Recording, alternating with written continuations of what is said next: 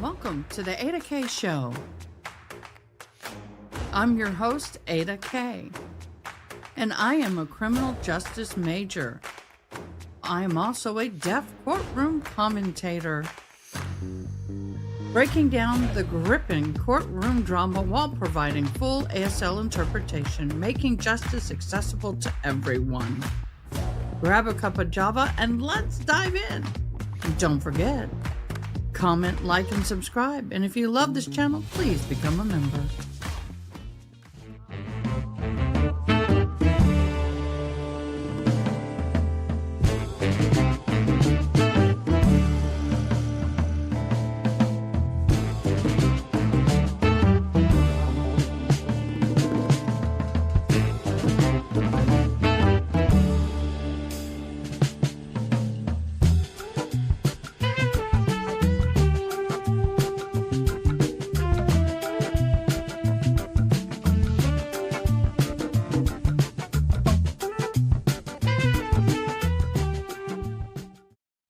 Well, are you ready for round two?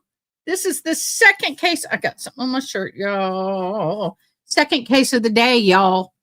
This is the teen lovers red room trial, and the first out of the two in the couple teenagers, Uriah Urick, is going to trial. This is the case here in Texas.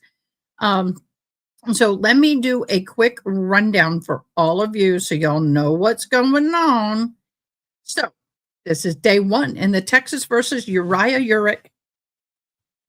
What a name. You opened with a shocking revelations, emotional testimony, and chilling timeline of events surrounding the red room of Tammy King, allegedly committed by her granddaughter Tara King and boyfriend Uriah Urick. Here's a detailed breakdown. Case background. The victim, Tammy King, 61 years old, found deceased in Bacliff, Texas, home on February 6th of 25. Tara King, 17. Uriah Urick. Uri is what I want to call him, because it's Uriah Urick. I may call him Uri. 18 years of age, charged with capital red room, debit card abuse. The motive, meth-fueled argument over skipping school, escalated into violence. Tammy's home was ransacked. Her lead shooters and safe were missing. Her bank account was emptied and drained. Okay, so prosecutors outlined the timeline, the forensic evidence, and motive. The defense attorneys hint at a mental health and coercion angle, the witness testimony and public reactions, and all of that. We'll see it all right here. This, I remember when it happened, and I remember when it went down, and we did have a highlight on it back then. They went to trial quick, y'all, real quick. So what we're going to do is, hello, Angela. Hello, SP Mama 444. Welcome. Good to see y'all. This is a sleeper case. This is definitely a sleeper case. Not a lot of people watch this case, but I have a very suspicious feeling that this is going to be interesting. So what I'm going to do is, let's go ahead and get on into court and get going. It's only an hour and 30 minutes today. Tomorrow we are not in court for that. The teacher Warner case will be in this case. That case is going to be dark tomorrow, so we'll have time to. Both of them were just. Don't know what that was. You telling me you got that crappy of a sound? Both of them were high school students for Dickinson, and ultimately they started talking, they started dating, and as many teenagers, they fall head over heels in love and begin a relationship. Both of them were described as kind of artsy, quiet, a little bit more kept to themselves. People who talk about Tara would tell you that she was shy, but if you talked to her, she was really friendly, and she would tell you about anything. But what they would also tell you is as she starts dating Uriah, they notice that he becomes possessive, that he's pulling her away from her friends. He's isolating her. He's speaking for her. She's getting quieter and quieter until the only person she speaks to is Uriah. Now, you're calling me Turtle Girl?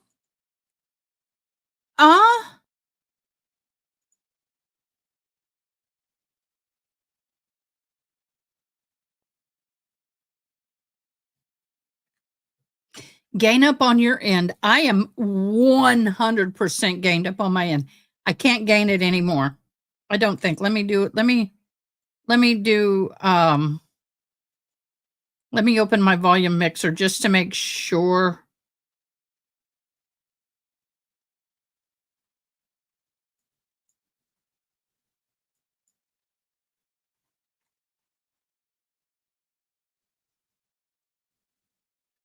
I'm 100%. Tara has been raised by her grandmother, Tammy, and they live in a house in Bacliff. And Tara has lived with Tammy since she was about 2 years old. Tammy, in fact, adopted her. Now,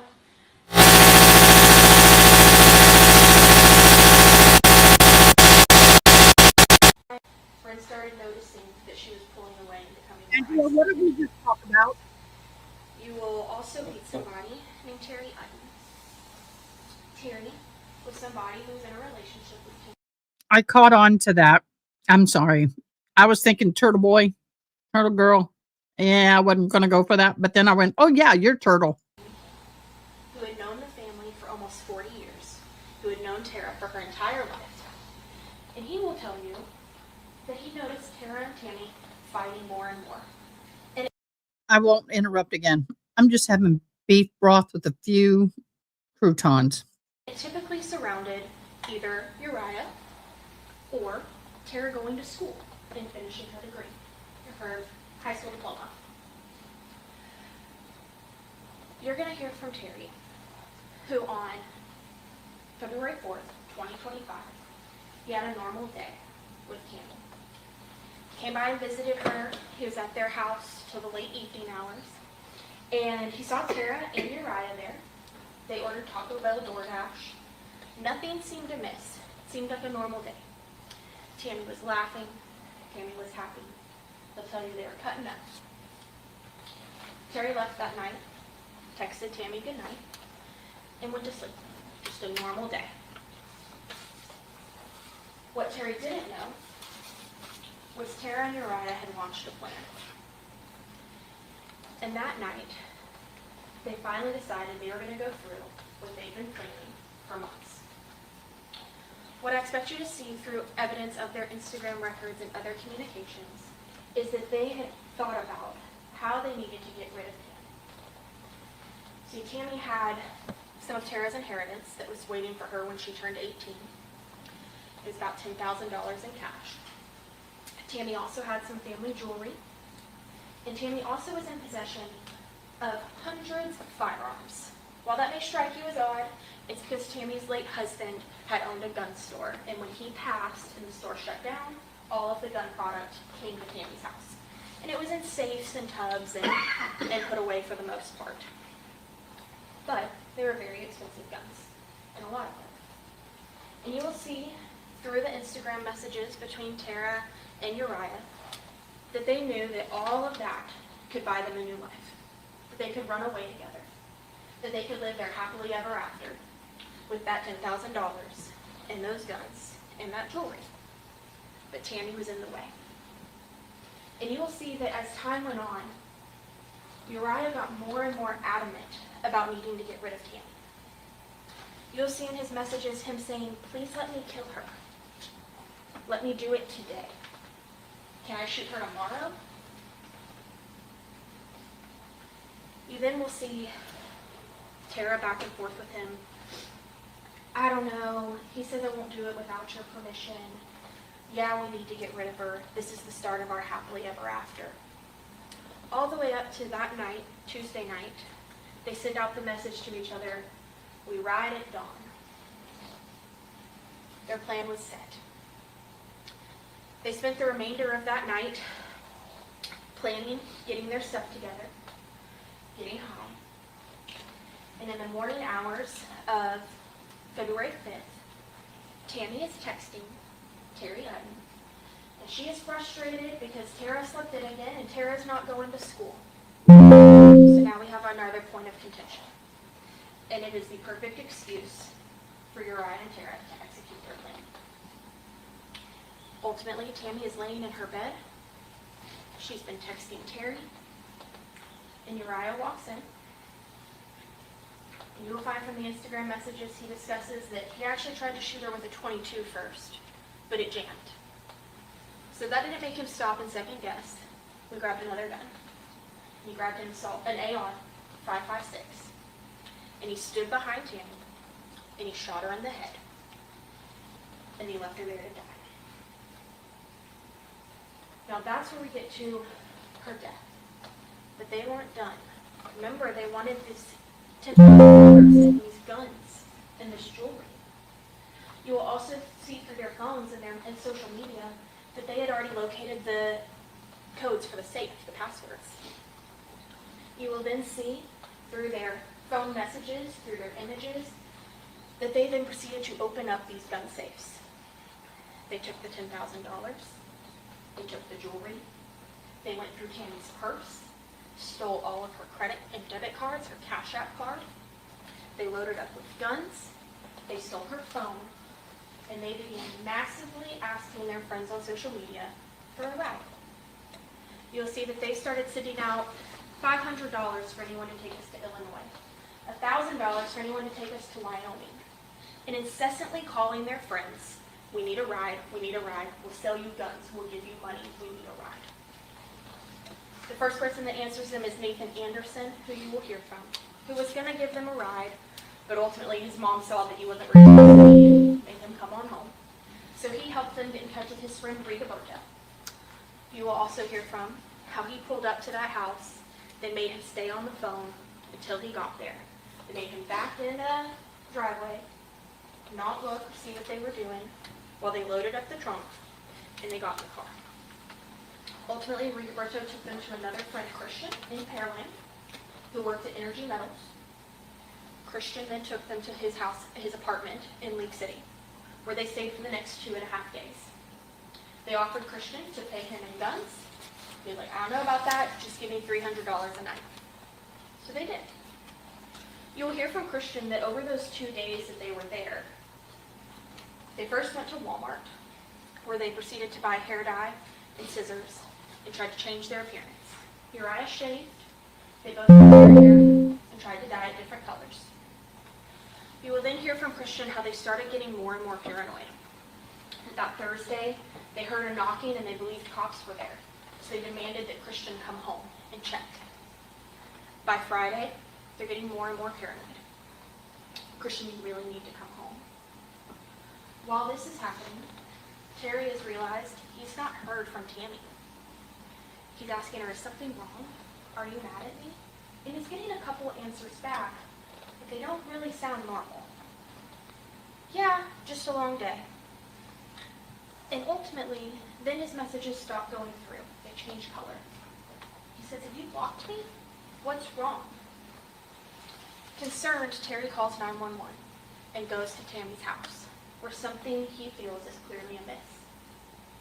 Because the police have to have aggravating circumstances in order to enter your home, all they had was a girlfriend not answering a boyfriend's text for a day and a half. So the sheriff's office said, we don't have ability to enter. Terry said, well, I'm going to call Chris, Tammy's son, and I'm going to enter. I'm going to make sure she's okay. You will see through Deputy Couch's body cam that ultimately Terry enters that home. And you will watch as Terry walks inside. He notices something doesn't smell right. And then you will see as Terry walks out of the house, sobbing and devastated, saying you need to get in there. What police find when they walk inside is Tammy is lying on that bed where Uriah and Tara had left her. But they had taken sheets and laundry and piled it up all over her body so you could hardly see her. You'll hear from Terry that they moved a washer behind the back door to block the door from being opened. They blocked Tammy's bedroom from the inside. They blocked the window with a mattress. They locked the front door. They did everything they could to try to hide it. At this point, an investigation begins, and the sheriff's office puts out a press release on that Friday. Tara and Uriah immediately see it, and they are in full-scale panic. At this point, they contact someone named Travis Hodges. You're going to hear from Travis this week. Travis ultimately got charged in this case too, with hindering apprehension of a known felon, as well as unlawful possession of firearm by a felon and manufacture and delivery of a controlled substance. He has entered a plea agreement with the state to testify. That is, he is going to go to prison for 10 years in exchange for his testimony. Travis is going to tell you that they reached out to him and they made the decision to go to Laredo instead of Wyoming or Illinois. So the border is going to be their best shot. So you're going to see evidence not just from Terry, or from Travis, I apologize, but also from his car GPS records that they drove from Lake City to Laredo on Friday night into Saturday morning. You'll also hear from an officer of the Freer Police Department that he actually pulled them over on that drive, and you'll be able to see that body cam. You will hear then that once they got to Laredo, they slept in the woods that night. On Saturday, they got a motel room at Motel 6. And at this point, people had started calling in based on that press release. Because of this, the Galveston County Sheriff's Office was able to partner with the U.S. Marshals and DPS on zeroing in on them in Laredo. On that Sunday morning, the 9th, they were checking out of the Motel 6, walked across the street to Dollar General, and were ultimately apprehended by Texas DPS. What you will hear later is when they got back to Galveston, a few days later, the Galveston County Sheriff's Office pulled over Travis Hodge, because they had learned at this point that he'd driven. When they pull over Travis Hodge, you will hear from him that he said, "You're going to want to take these keys with you. That's where the murder weapon is." See, like I stated, Travis was a prior felon, unlawful possession of firearm by a felon. So he said, I can't keep these guns with me. Uriah had given him 2 firearms. And Uriah had told him, there's a body on one of these. 2 minutes remaining. Thank you, Your Honor. So Travis took those firearms, went back and forth on what to do with them, and ultimately purchased a storage unit and put all of those items inside the storage unit. Travis then cooperated with Galveston County Sheriff's Office and gave consent to go in that storage unit where they collected those firearms. What you will also learn in this trial is that all of those firearms got sent off to Texas DPS Crime Lab. What I expect you to hear from Texas DPS is that the shell casing found under Tammy King's bed and the projectile found inside Tammy King's body both come back to that AR-556 that was given to Travis Hodge by Uriah and found in that storage unit. At the end of the day, Tara and Uriah could not wait any longer for the money, for the jewels, for the guns, and to be together. And what could have been just waiting a little longer to be teenagers in love turned into capital murder. At the end of this week, we will ask you that on behalf of Tammy King, who was robbed and killed, to find Mr. Urick guilty of capital murder. Thank you. Mr. Agnew, you got 15 minutes. Judge, I'd like to reserve. Yes, sir, you can do that. Thank Call you. the first witness. Please call Deputy Hunter Couch. Judge, I'm going to invoke the rule. All right, the rule has been invoked.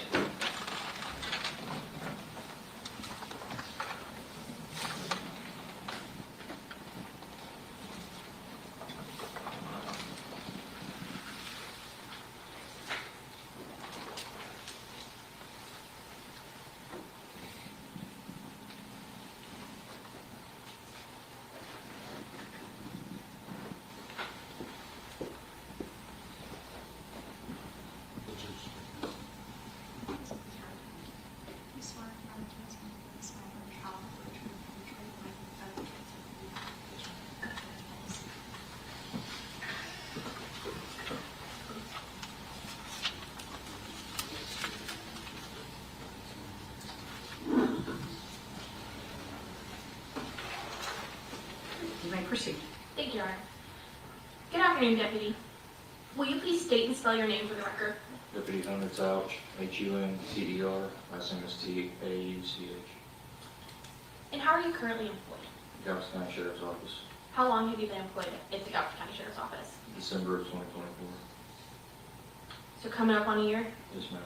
And what role do you hold at the Sheriff's Office? Patrol Forgive me, y'all. I can't find my live captioning. It disappeared on me, and I missed what the guy said. So I've got to come back. How long have you been employed at the Galveston? And how are you currently employed? Galveston County Sheriff's Office, How long have you been employed at? Sorry, guys. I gotta have his name. I do. You know that. What? You're early.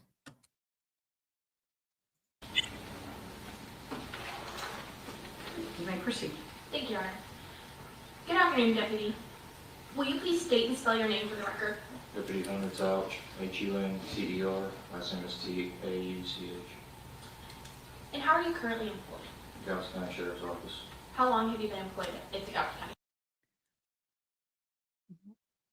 County? Is it Hunter Cantu? Huntedr, last name is Tauch. And how are you currently employed? Galveston County Sheriff's Office, How long have you been employed at the Galveston County Sheriff's Office? December of 2024. So coming up on a year? Yes, ma'am. And what role do you hold at the Sheriff's Office? Patrol deputy on night shift. Patrol deputy on night shift. Is that the entirety of your law enforcement career? No, ma'am. So before we get to that, what does it take? What kind of training? Okay, the live captioning finally shows up. Dag nabbit, y'all. My apologies.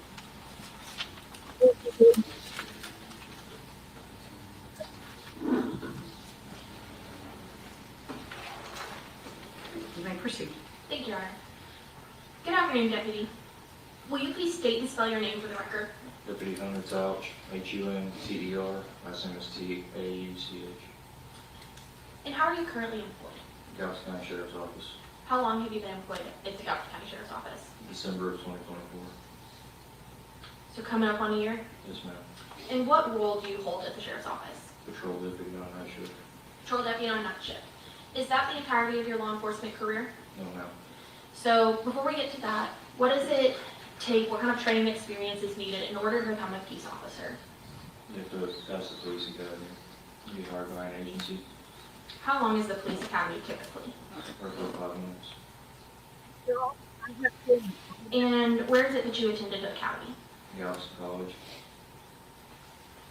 Once you attend the academy, is there any sort of credentials that one must have in order to be a peace officer? You have to pass the TCOL test. And what does the TCOL test include? It's a series of questions over laws and the penal code, transportation code.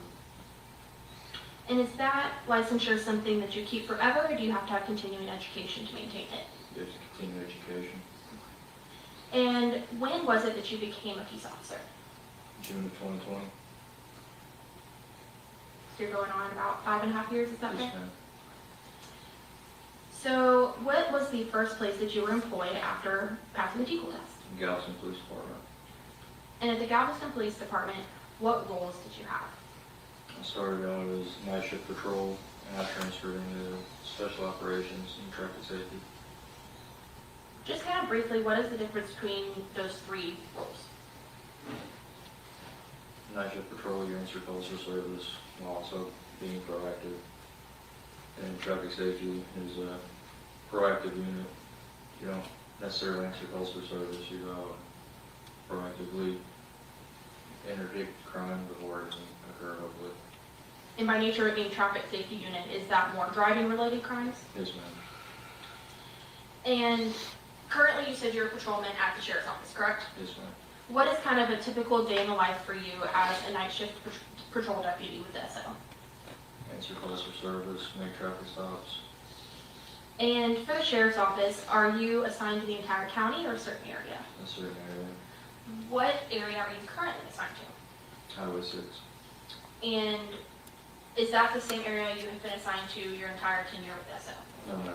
What other areas have you been assigned to? I've been assigned to Bay Shore, I've been assigned to Dickinson, I've been assigned to Highway 6, and I've been assigned to Bolivar. Okay. And for those of us who may not be as familiar with parts of the county, what is the Bay Shore, or where is that? It's the San Leon Bacliff area. Okay. And this may sound silly, but what county and state are San Leon and Bacliff in? Galveston County, Texas. Okay. I want to bring your attention to the night of February 6th, 2025. Do you recall that date? Yes, ma'am. Were you on duty that day? I was. What duty were you assigned to? I was assigned to the Bay Shore on D shift patrol. And on that night, did something occur that led us to be here today? Yes, ma'am. What was that? I was dispatched to a welfare concern. And when you get dispatched, what kind of information do you usually get? It varies on the call. Usually an address and a short synopsis of what's going on. And you said in this case it was a welfare concern, is that correct? Where was it that you were dispatched to? At 4500 block, I believe it was 15th Street, In what city? Bacliff. Okay. And did you know any other information before you arrived? Male was requesting to check the welfare of a female. He hadn't heard from her in a couple of days. Your Honor, state and move this time to admit States 1. It's been listed in the VRA. It's a 911 call from Jackson County Sheriff's Office. Objection. Hearing no objection, States 1 will be admitted. And may I publish, Your Honor? Yes, ma'am.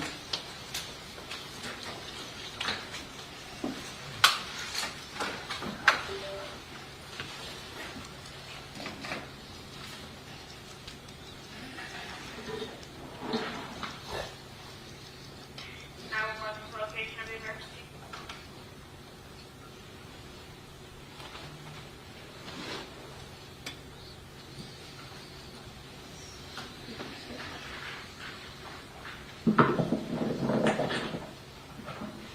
Yes, ma'am. It's 4723 15th Street. My sister-in-law and my grandniece are not answering the phone. They're not answering the door. I'm fixing to break the door in. I beat on the windows. I beat on everything. I've got her son on the other line, and he's telling me to keep the door in. But that's a big old oak door, and I don't think I'm going to get through it. Okay, and so what are you needing? Like, are you wanting a welfare check on him? Well, I mean, I'm fixing to break in over here is what I'm fixing to do. Because there's two women in there, and neither one of them's answering. They haven't answered in a day and a half.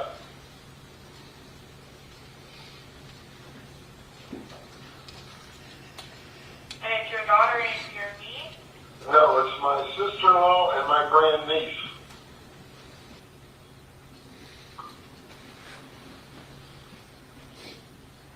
I guess you'd say grand. She's my niece.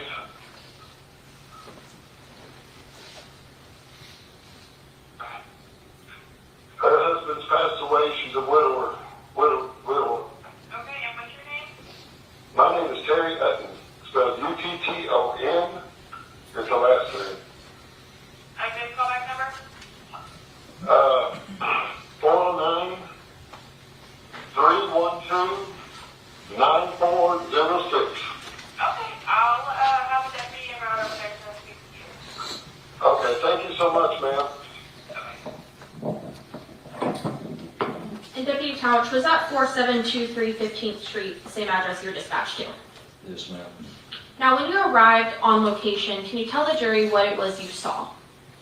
I saw the caller standing in the driveway Is this a new of the address location. one? And what was that address location? Was it an apartment, a building, a home? It was a single-story house. And you said you made contact with the caller standing in the driveway, correct? Yes, ma'am.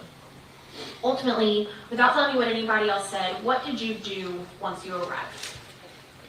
I made contact with the caller and asked what was going on. And what did you do next? I walked around the residence and attempted to make contact with the females inside. Were you able to make contact with anybody inside the home? No, no. What sort of things did you do in order to try and make contact with them? I called the female cell phone multiple times, knocked on doors, knocked on windows, announced sheriff's office. At any point, did you or someone else try to make entry? The caller did, yes, ma'am. And can you tell us a little bit about that? What did you observe him do? I observed him go in through the rear window of the bathroom in the master bedroom. Were there any other places he tried to get in first? Yes, ma'am. Where was that? The laundry room. Was he able to get in through the laundry room? No, ma'am. Why? It was blocked by a washer. And you said ultimately he went in through a master bathroom, is that correct? Yes, ma'am. And how was it he was able to enter that master bathroom? He contacted the female son and he was given access to enter through the window. And was the window unlocked, or what? How did he actually open it? No, ma'am. It wasn't locked, or it wasn't unlocked. I believe he had to break the window. And ultimately, did you observe the caller make entry? Yes, ma'am. Upon him making entry, what did you do, or what happened next? I walked to the front door and waited for him to open the front door. And did he open the front door? Yes, ma'am. About how long later? Less than 30 seconds. And when he opened the front door, what did he seem like? What was his demeanor? He was very upset. He was crying. After he opened the front door, what did you do? I entered the residence and began a search of the residence. And can you tell the jury a little bit about what you saw upon entering the residence? When I entered the residence, I saw guns in the living room, a bag of dog food open in the middle of the living room, and then walking further in to the kitchen and dining area, there was pieces of a magazine cover in the kitchen, and then immediately to the right in the hall, there was a partially loaded 22 long rifle magazine. Immediately back from the kitchen area was the master bedroom. That's where the female was. Okay. So before we get to the master bedroom, did you make contact with anyone else in that home? No, ma'am. And you said that there was a female in the master bedroom, correct? Yes, ma'am. So can you tell us a little bit about when you walked into the master bedroom, what are you seeing? There was multiple gun safes open and gun boxes scattered. There was pills all over the ground, multiple bullets on the floor, and there was a female laying horizontal on the bed, covered with multiple blankets and sheets and stuff. So the status of the room, did it look orderly or disorderly or something else? It looked like it had been ransacked. And you mentioned the gun safes. Were those closed or open? They were open. And then the female you're discussing who said horizontal on the bed with sheets of things on top of her, correct? Yes, ma'am. Were there any signs of life in this female? No, ma'am. Once you determined that, what was the next step that you did? I contacted CID and ID, And why is it that you contact, or first of all, what is CID and ID? Criminal Investigation Division and Identification Division. And generally, kind of what are those two divisions for people who may not know? They are detectives. CID, detects. They do the investigation on the criminal side, and ID photographs crime scenes and such. So is it fair to say one kind of deals with people and one kind of deals with evidence? Yes, ma'am. Okay. Why is it that in something like this, y'all contact CID? Because they have extra training in regards to their specific fields. Okay. So once you contact those departments, what is your next step? Secure the scene and then wait for them to arrive. Is that what you did? Yes, ma'am.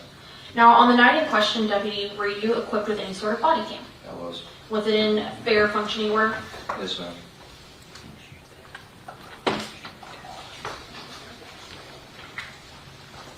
Your Honor, may I approach the witness? Yes, ma'am. Deputy, I'm handing you what's been temporarily marked as States 2. Please take a look at this and let me know if you recognize this item. Yes, ma'am. How do you recognize it? My initials. And is it a true and accurate depiction of what it purports to be? Yes, ma'am. Your Honor, statements to admit States 2. No objection. States 2 will be admitted. And may I publish, Your Honor? Can I see both of those?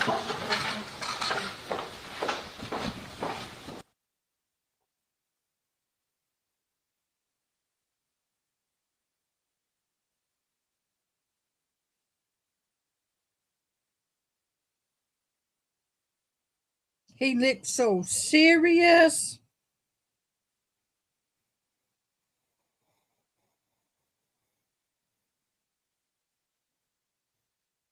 Could you turn that off, please?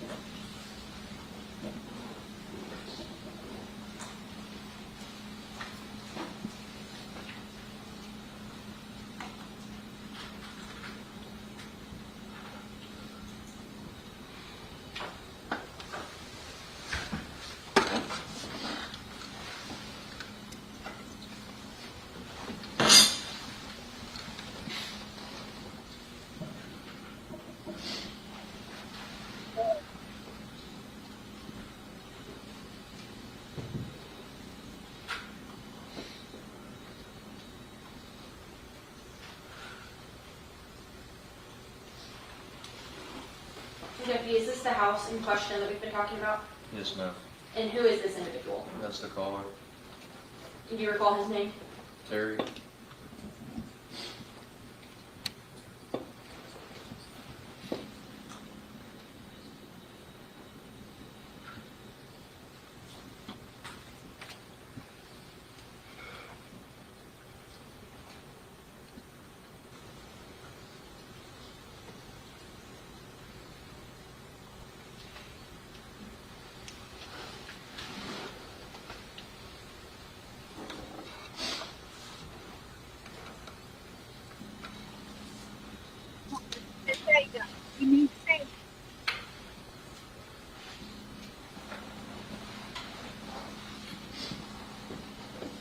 And Deputy, can you, while we see you talking to Mr. Eden on screen, can you tell us why or why not a sheriff's deputy could enter somebody's home?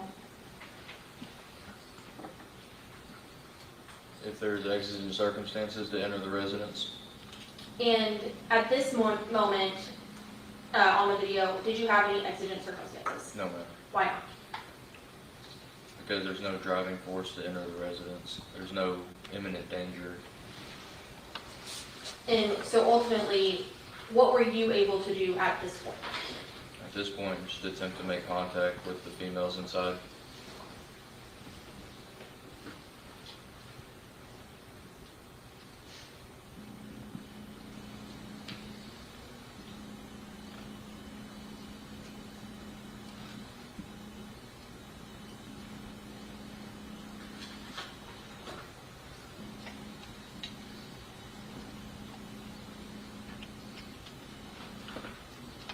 And is it fair to say that y'all are outside the home for a little bit? Yes, ma'am. I'm going to press pause on states 2 at 2 minutes and 55 seconds and move forward to about 7 minutes and 4 seconds on states 2.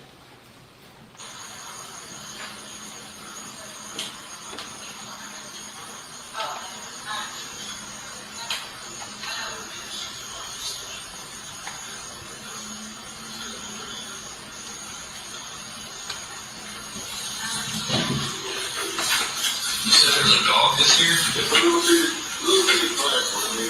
Is it not barking?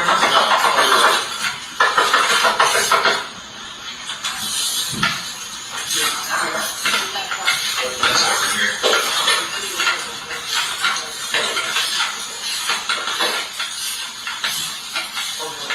Sheriff's office.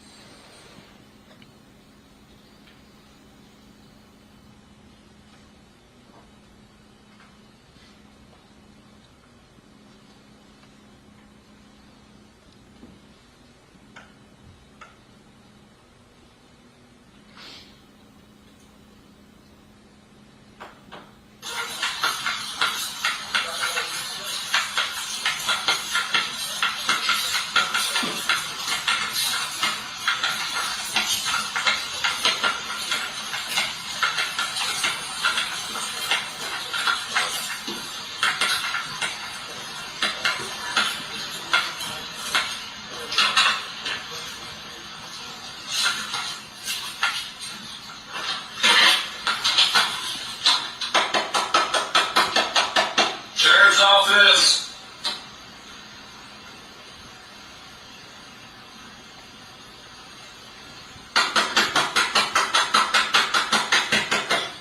Sheriff's office.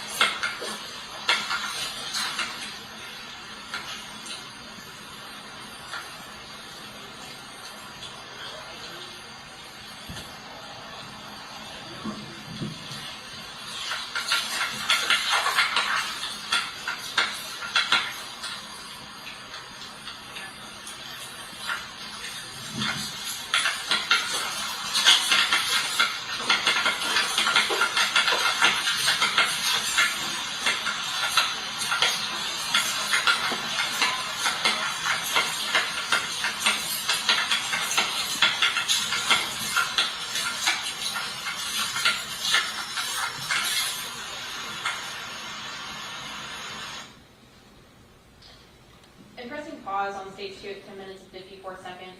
Deputy, do y'all stand here and talk for a couple minutes? Yes, ma'am.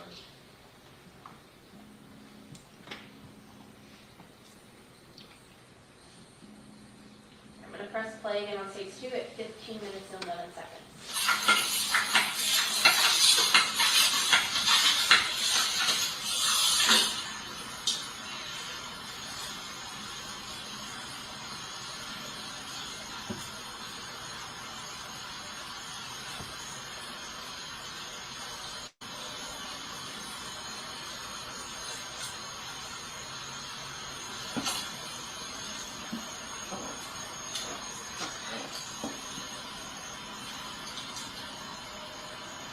Deputy, what do we see you doing right here? I'm trying to call the females about And do you know what her name is at this point? Tammy.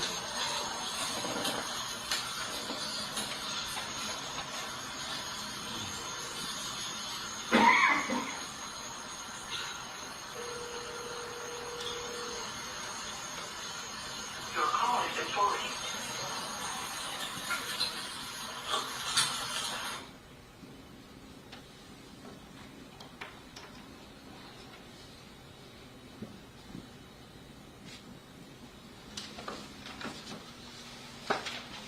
And while you're calling her, are you hearing any sort of ringing or movement from inside the home?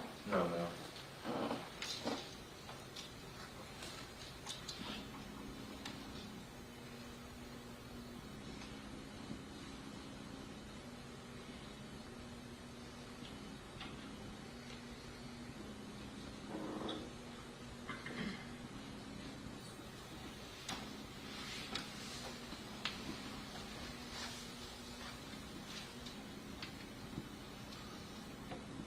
And Deputy, we tell the jury what part of the home are y'all walking to now? We're walking through the backyard towards the laundry room and the back porch.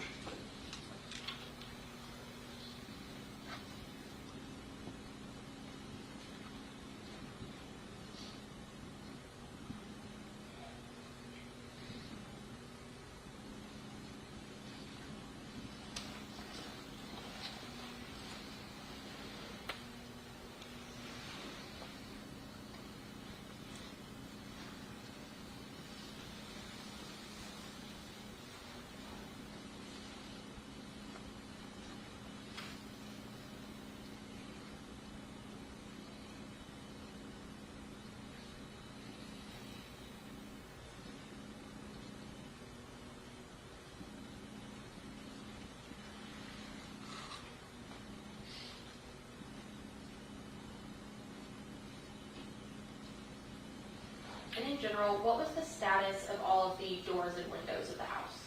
They were all locked.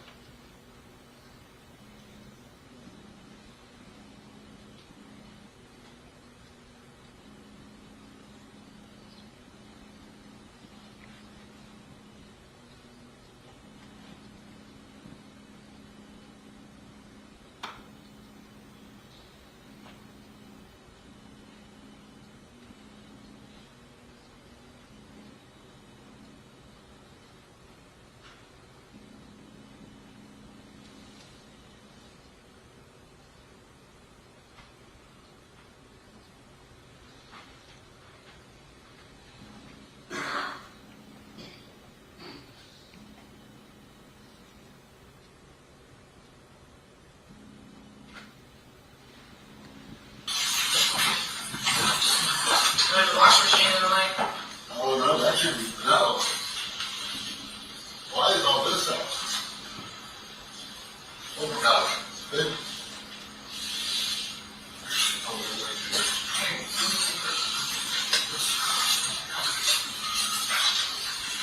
It looks like this thing fell over. There's a whole. Hold on, Liz.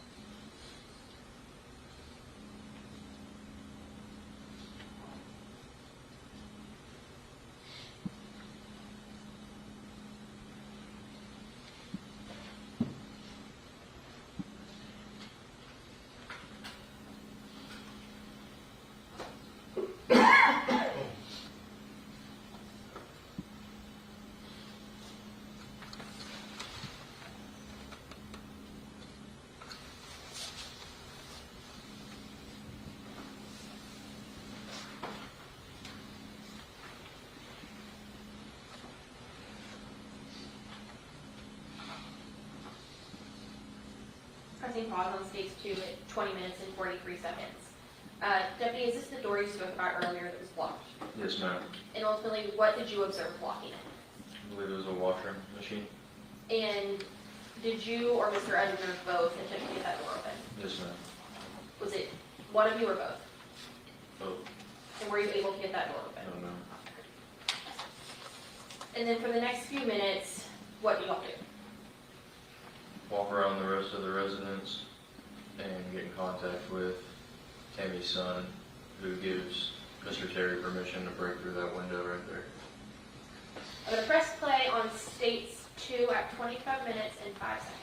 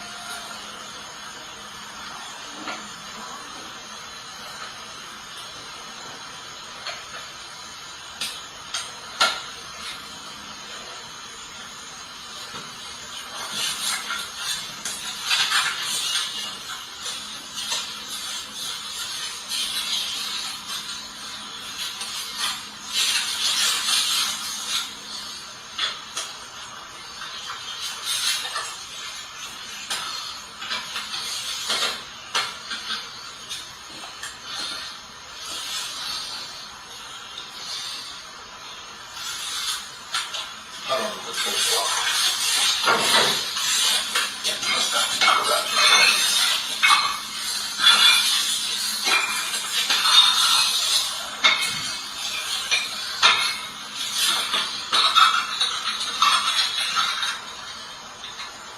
can you shine the light us a little bit more?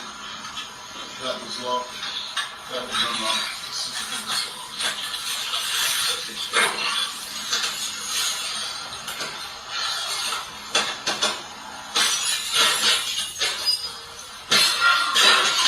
Damn. Don't tell me you got poultry bags on this. They try to.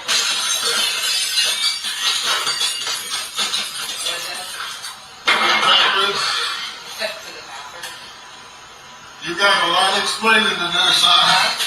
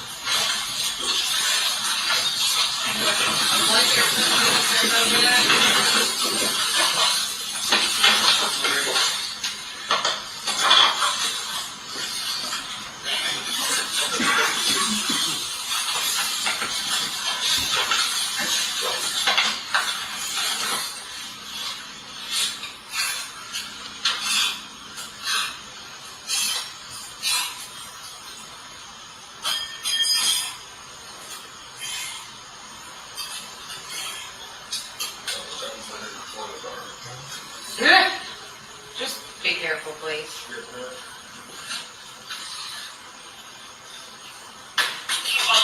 Don't move, I'll get them.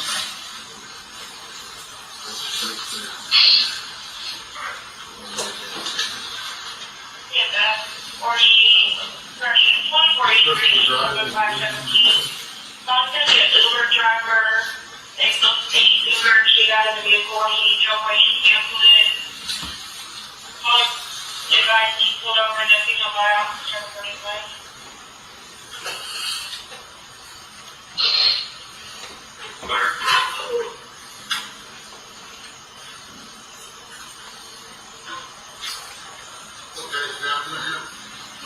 Like you say, we're pushing 1,517, long email, short dress, 25.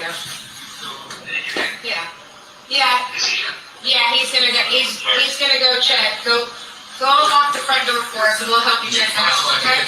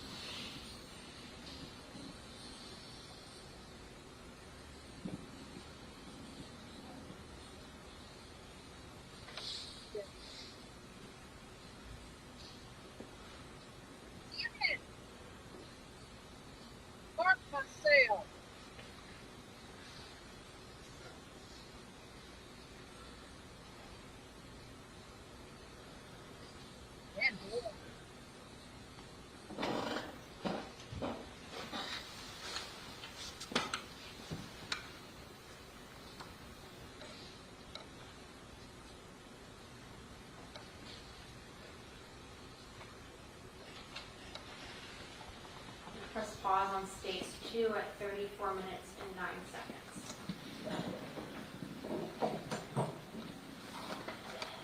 Now, Deputy, at this point where we just finished in the video, what happens next?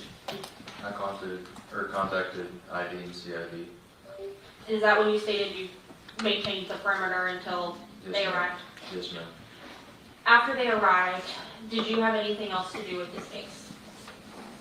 I assisted on a crime scene log, And what is a crime scene log? entering and exiting of the crime scene. So just kind of keeping track of people? Yes, ma'am. Other than that, was there anything else that you did? No, ma'am. You're all right, pass this witness. Thanks, Rodney. No questions. Thank you, sir. You may step down. Call your next witness. The state would call Nathan Anderson. Okay.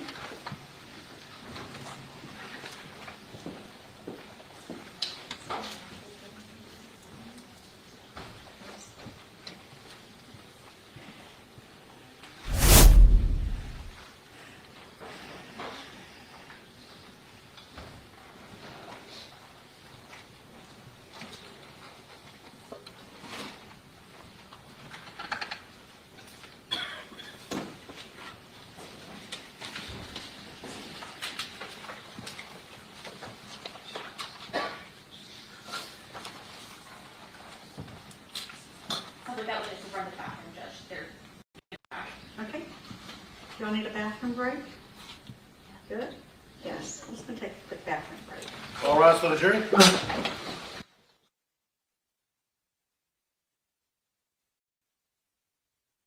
Okay, we're going to zoom. They're going to take their little bathroom break, but we'll be right back. for the record.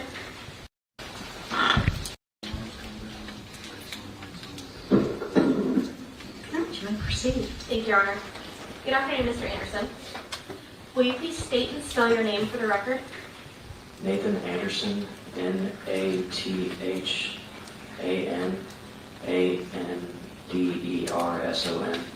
And Mr. Anderson, how old are you? 19. And if I asked you to give us a 2-sentence descriptor of yourself, what would you tell us? I'm a swim instructor. I teach kids how to swim. And is that what you want to do long term, or what's your life plan? Hoping to get into something like HVAC or a tree. And Mr. Anderson, where did you grow up? I was born in Galveston, but I moved to League City after Ike. Okay. And where did you go to school? Dickinson High School. And what year did you graduate? Just so y'all know,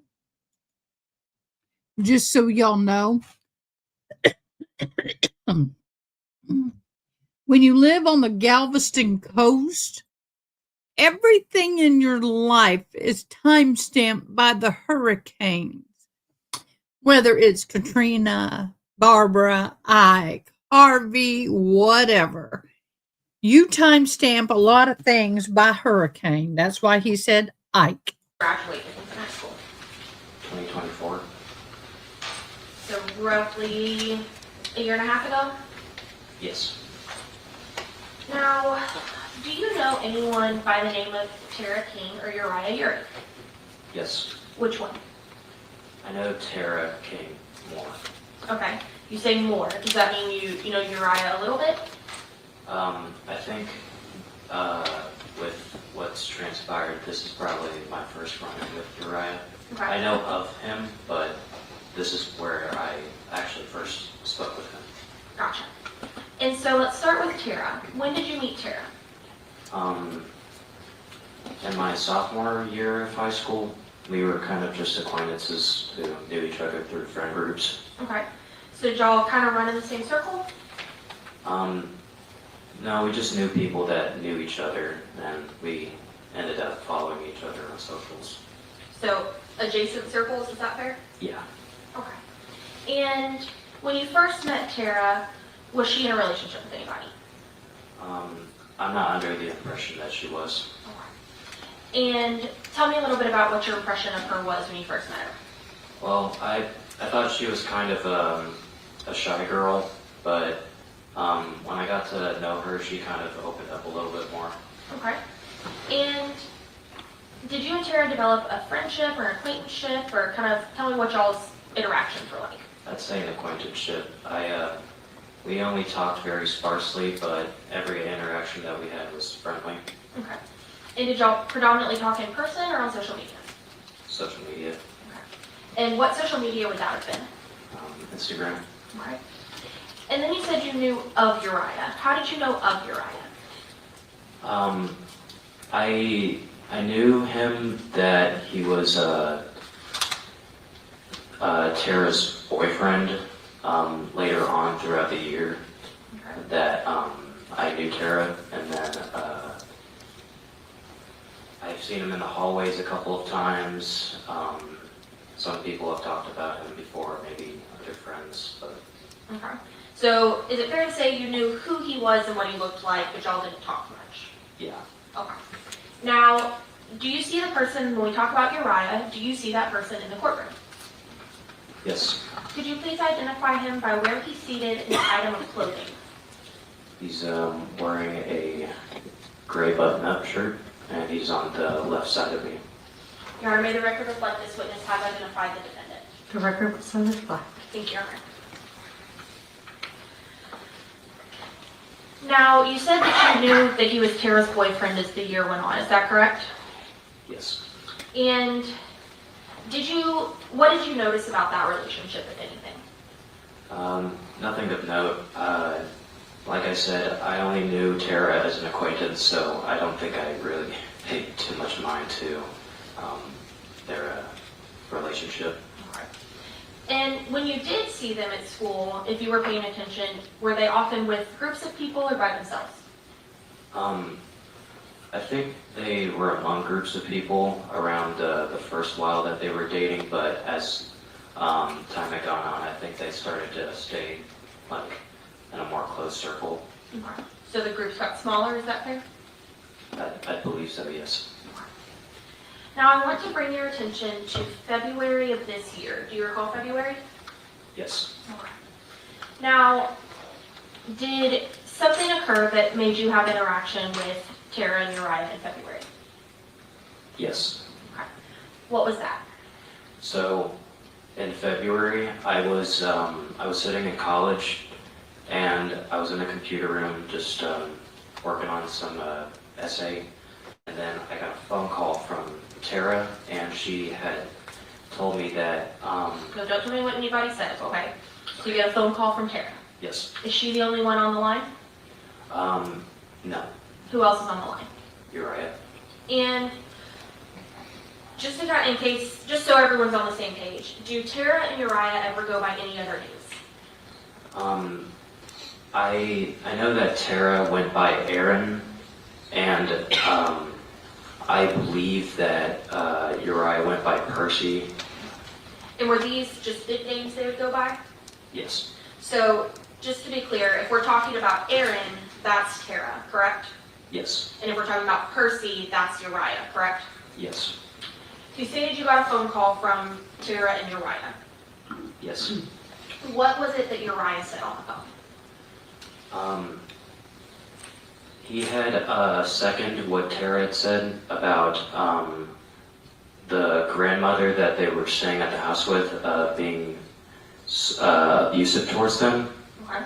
And I think that had kind of prompted them to ask me, hey, can you give us a ride away from this situation?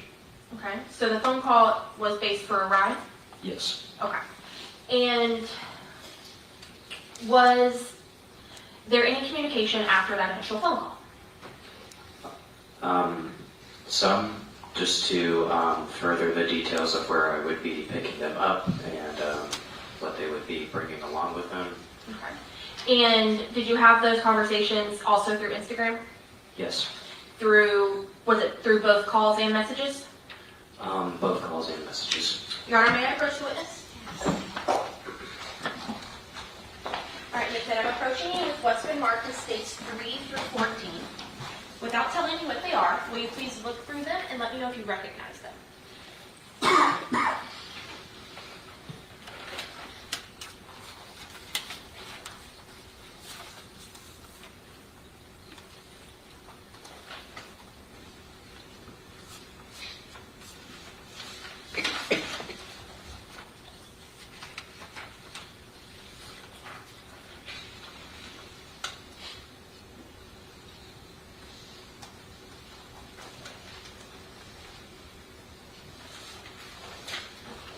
recognize these papers.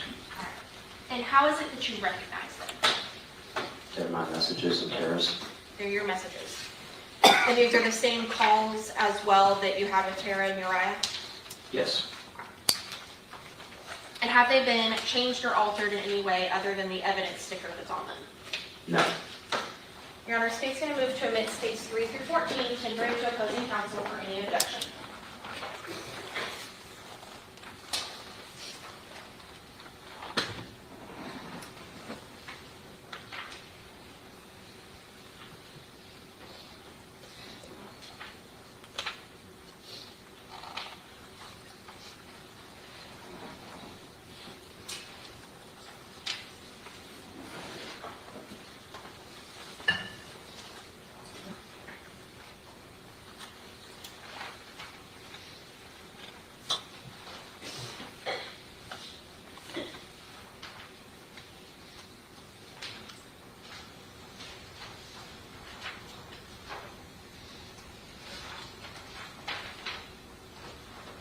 No objection, Judge. Hearing no objections, states 3 through 14 will be admitted. Thank you, Your Honor. It may be state published. Yes, ma'am.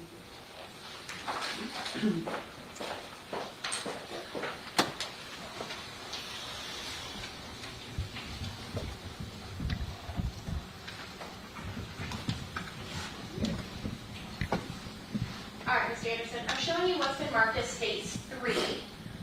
Can you tell us what that name is at the very top? Aaron, And we discussed earlier that Aaron is who? Tara, And for those of us who may not be social media savvy, what social media application is this?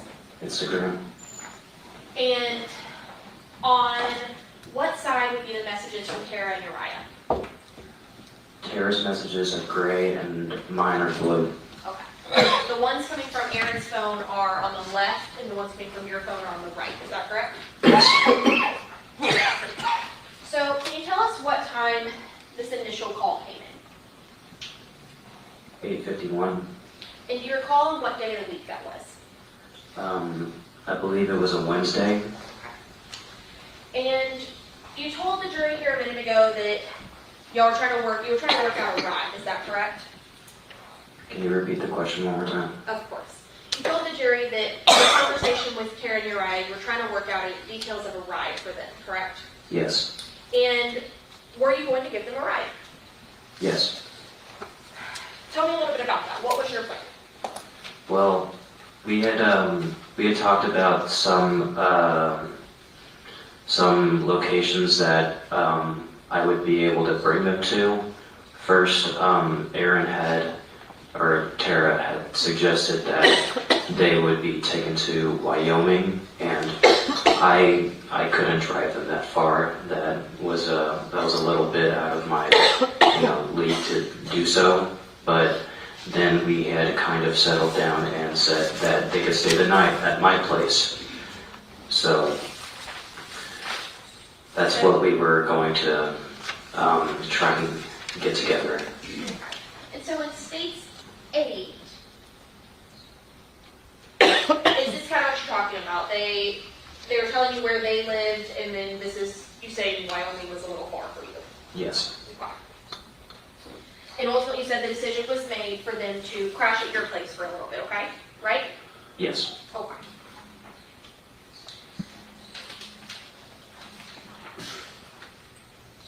Now, ultimately, did you end up picking up Tara and Uriah? No. Why? So the address that they had sent me, it didn't have the full location listed on the link that I was going to click on. And I started driving to a separate area, and when my mom had seen where I was on a Life 360, kind of like a tracker, she said, "Why are you going to Houston? Come back this way." So I ended up pulling back, but before I did, I had phoned a friend and called him to try and pick them up instead. And who was that friend? Rigo? And in states 12, we see a couple couple messages and calls and then a phone number. Can you tell us kind of what's happening at this point in y'all's conversation? So, around that time with the phone calls, that was when I had told them that I wasn't able to pick them up because I needed to head back home. And the phone number listed at the bottom, that was me referring them to my friend. And that was, you said his name was Rigo? Yes. And do you know, was Rigo ultimately able to help them? Yes. And on States 13, kind of what's happening here? So here I had, this is around the time that I had just finished sending them the phone number, and I told them that I wish them best of luck on finding a place to stay, and that was where we essentially stopped talking.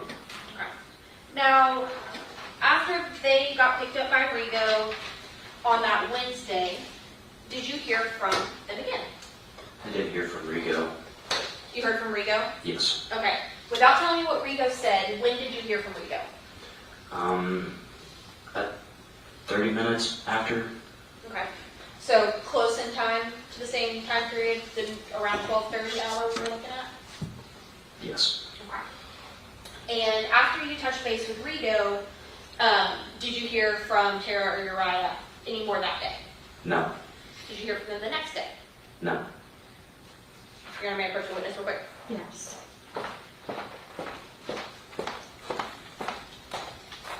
I'm showing you what's been marked as States 14. You'll take a glance at it and see if you remember that message and when it was. Oh, yes, this was the day after. Okay, so you did hear from them the day after, is that correct? Yes.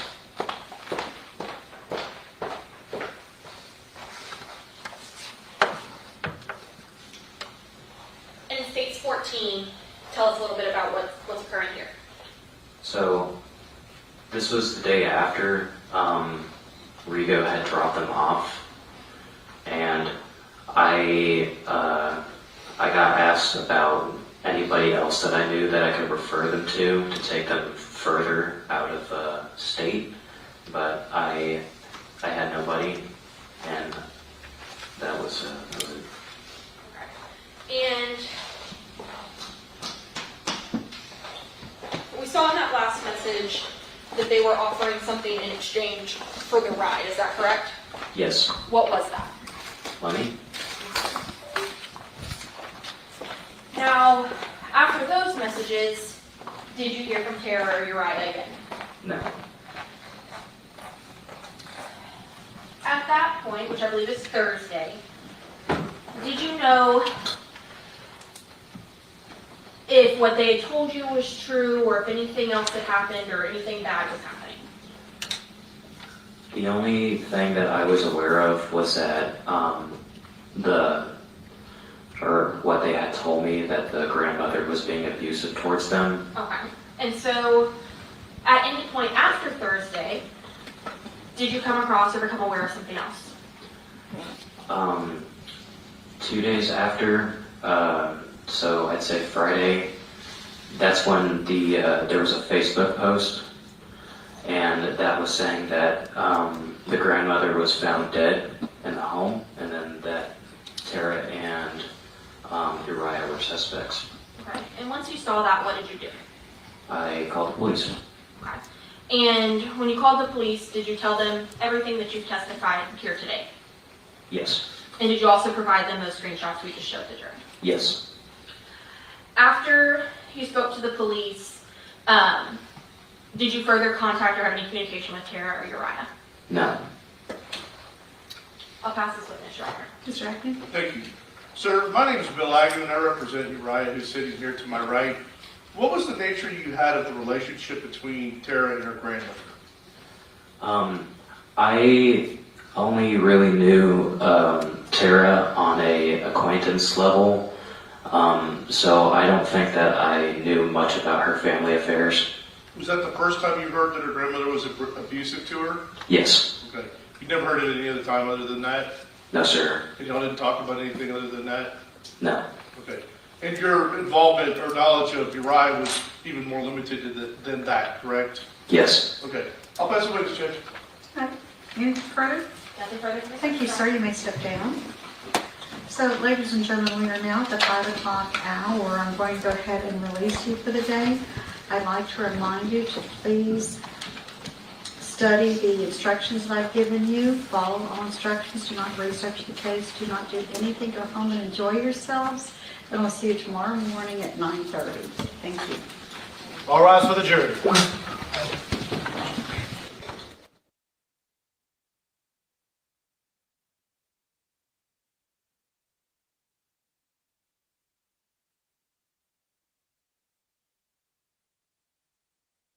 That was a short day today with this case. Y'all, today is National Sandwich Day. Who likes sandwiches? I seem to be eating a lot of them lately. I want to see the judge's face. I don't know who the judge is. This is Galveston County in Galveston, Texas, where everything, and I mean everything, is measured by hurricanes. I kid you not. I'm talking like them. Oh, June, hello, 80s music man. I was listening to court. It was a hard listen. But I guess they'll be back tomorrow morning. So we will be watching this tomorrow. I think it'll be a little bit more lively tomorrow. They got a late start. Let me see if they already have that one preset. The Zwarner Parker trial, we will not be watching that tomorrow, for that is that's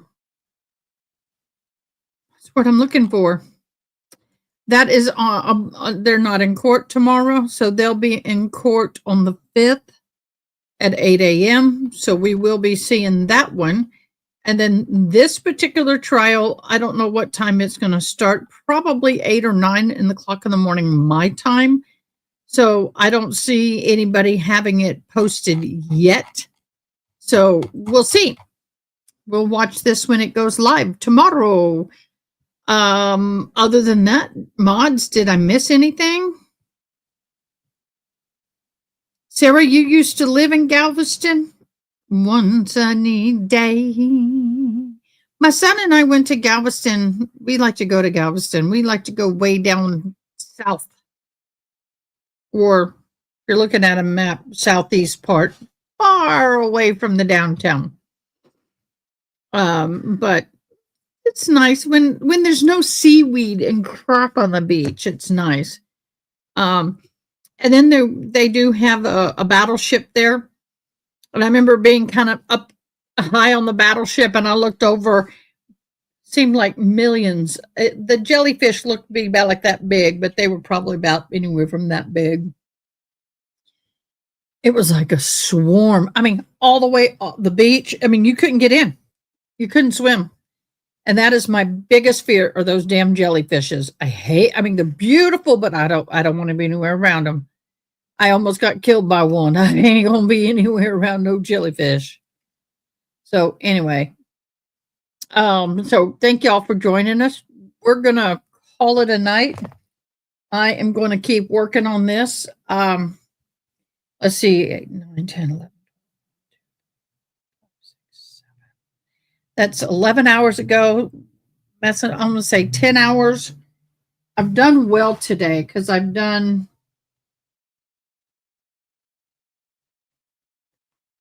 15 inches in 10 hours. So that's, but the reason why I'm doing it so fast is because it's just a pattern. I don't have to think so much. But yeah, they take it. I've already done 10 hours and I'm not quite halfway. So this is going to be almost a 25-hour hat. Some of them take up to 40 hours depending. Like I said, some of them take up to 40 hours depending on their pattern. Blue flag day, is that what y'all call that? Jellyfish is a blue flag? I don't know why they don't call it a pink flag because they all pink. Red flag, you don't want to swim. Orange is caution. Yellow is, well, I don't know. I don't know all the flags, but all I know is I don't go more than ankle or knee deep. If I can't see the bottom, I ain't in it. I had a bad experience, y'all. No, it wasn't a shark, but it was a man of war. And a big one at that. I think that's what they call them. The thing had to have been 6 feet across, and it was a jellyfish. It had to be at least 6 feet across. It was huge, beautiful, huge. And the guy I was with at the time picked me up because I was 98 pounds. Picked me up and threw me and said, "Swim!" And I'm like, "Oh shit!" And I couldn't swim that good. And that thing passed us on a wave because I said, "Pretty, look, hey, that's pretty." I was being thrown, and he had a fishing pole that was tethered to his waist. We were out 3 dunes. We were out probably 2 football fields. And he let go of his fishing rod, and we were swimming. And one of the tentacles of the jellyfish, or whatever that thing was, this was in Florida, not Galveston, decided to wrap up in his fishing rod. He had to cut it off, the fishing rod. That thing went on for days. That scared the hell out of me. Uh-oh.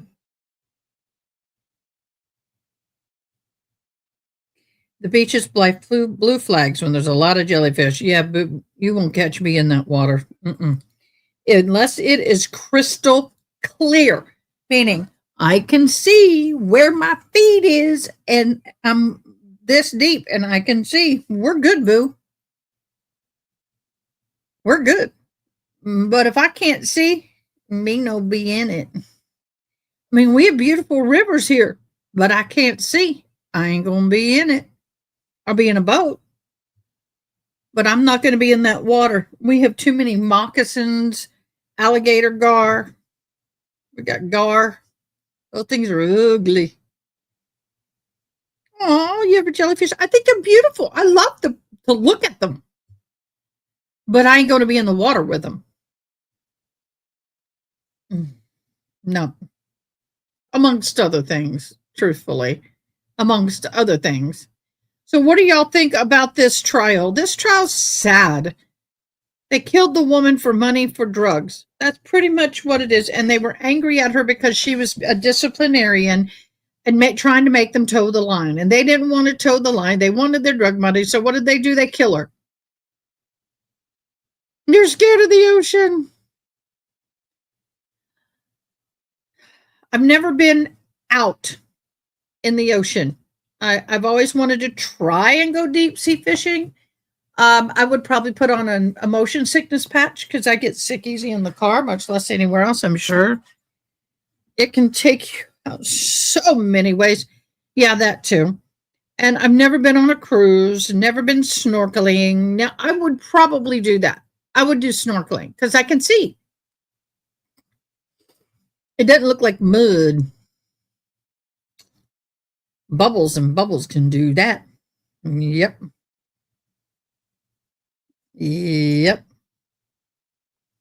But anyway, well, I have now been live 11 hours. It was funny. I didn't feel the alarm. I keep saying here, people don't realize I'm deaf. I didn't feel the vibration of the phone go off this morning, so I didn't wake up until 8:06, and I was supposed to be live at 8 o'clock. Within minutes, I had the makeup on, the hair pulled back, the hat. I mean, I threw on the clothes, came in here, well, potty, brushed teeth real quick, threw on the clothes, got that makeup on very minimally, as you can tell, and went live. Thank God I had everything preloaded the night before. And that's why I do it. And because that way, if I'm not there by 10 minutes, my mods can start the live without me. Something's wrong. Ada overslept. But I did only get 2 to 3 hours last night, so I didn't sleep that well last night. Yeah, watching Bones all night. I want to know, June, when did she get pregnant? I missed that episode. I mean, I have an episode where they're talking and the Bones and what's his name are chatting it up and things are fine and hunky dory. And then I guess I slept through about 10 episodes because the next thing I know, she's freaking pregnant. I'm like, back up.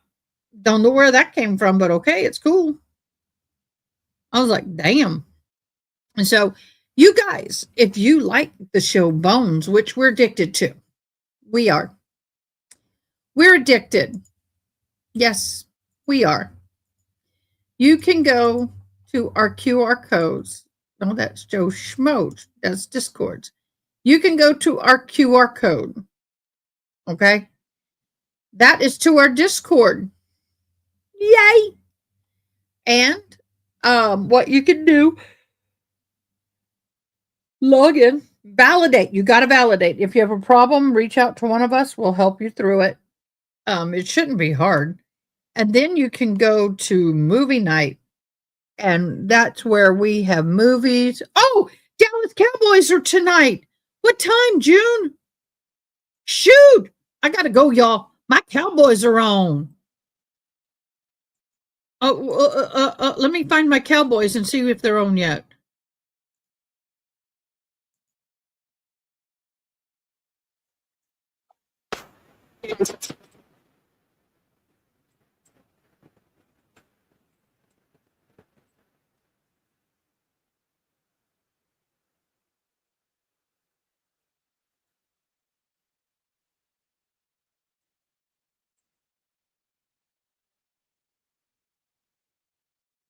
All right, my Cowboys.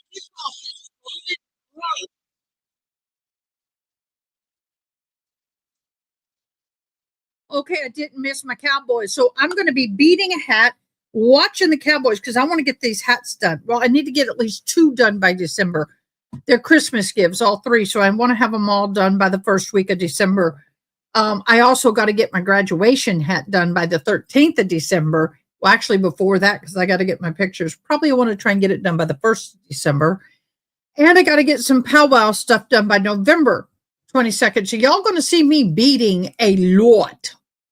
But that's okay. I don't think y'all will mind. And if you do, oh well. Sorry, boo.